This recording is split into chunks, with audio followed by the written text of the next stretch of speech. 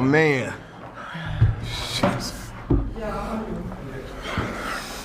All right, start with an opening statement from Coach, then we'll have questions.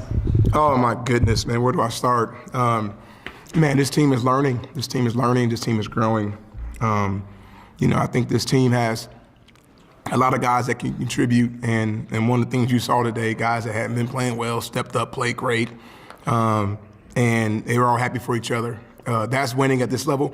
We still got some youth, and our youth are growing every single game, and I'm so unbelievably proud of these guys. This team is a great team. They're competitive. They muck up the game. They're athletic. They hadn't been shooting the ball well, and today they shot it. They shot it pretty well, and we were still able to find a way to win. And that's what you want early in the season, is to learn and grow, but yet find a way to get wins. We're going to continue to be gritty. We're going to continue to compete, and it's fun.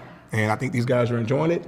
And I told them in the locker room, I love them, I'm proud of them, and we have a lot of guys in there that can step up any day and make plays that help us win games. So here we go, on to the next one.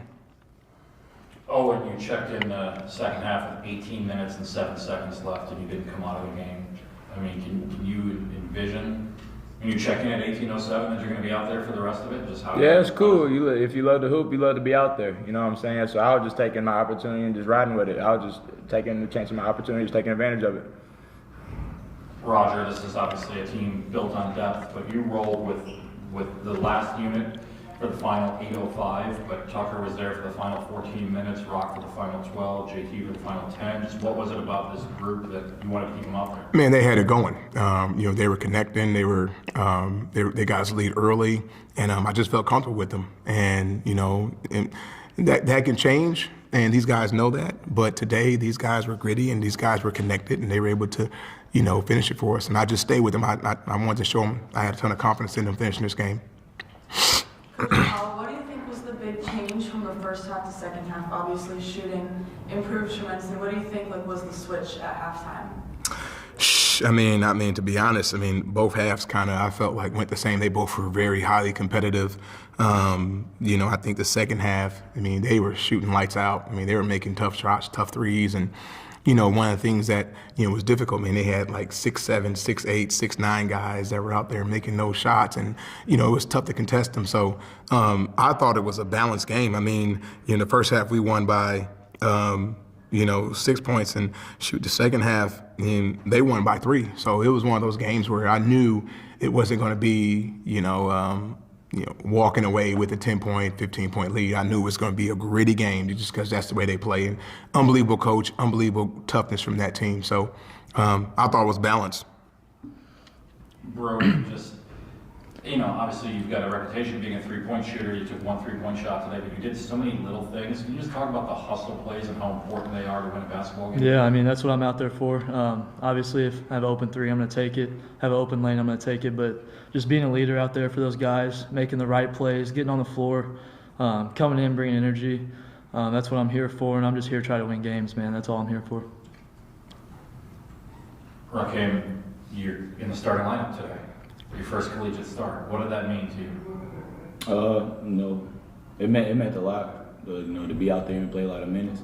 I think that was best for the team. I trusted my coaches to make the biggest decisions and the best decisions to put us in positions to win, and that's what the coaching staff felt was best for us in this game.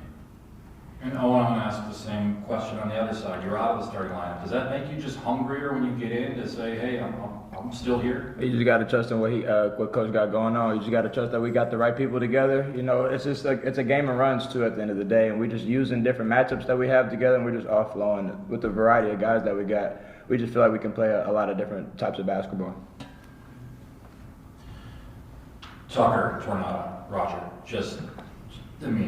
talk about some of the plays he made and what he brought to you tonight.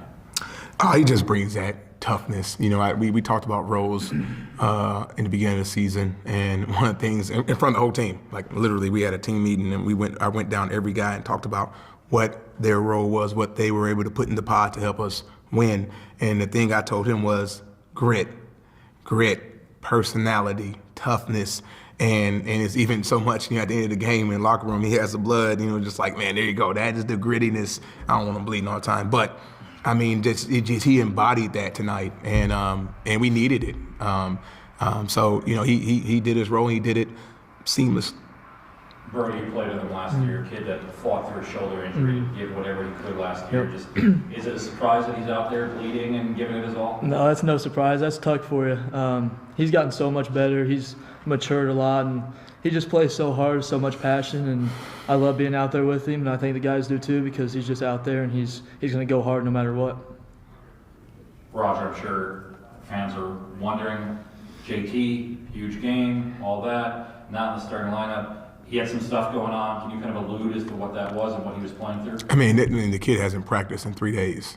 You know, he was really sick, and I prayed for him and just believe in God that he would, you know, just give us a little bit. And he said in shoot around the day he felt a lot better, and he came out and he played, you know, 22 minutes. I mean, that was shocking. I mean, he really left it all on the line for us tonight, just knowing how he's felt and the fact that he couldn't practice for the last 3 days. Roger, to experience what you did at Kentucky, the margin of defeat is a big number.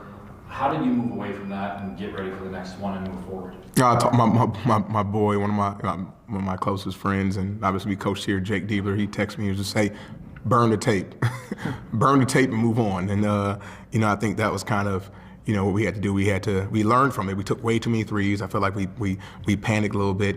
And today we only took, 16, you know. So I think, you know, we definitely moved on. We learned, but we burned it and we said next game, next game. And that's the mindset with this group, you know, next play, next game, next practice, you know, just keep going. And that's what we did.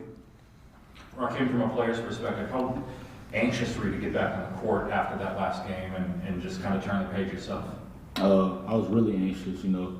I think every player, every basketball player, every athlete hates to lose, especially when it's a big margin. But at the end of the day, it's just basketball. You know, you learn from it, learn from the mistakes.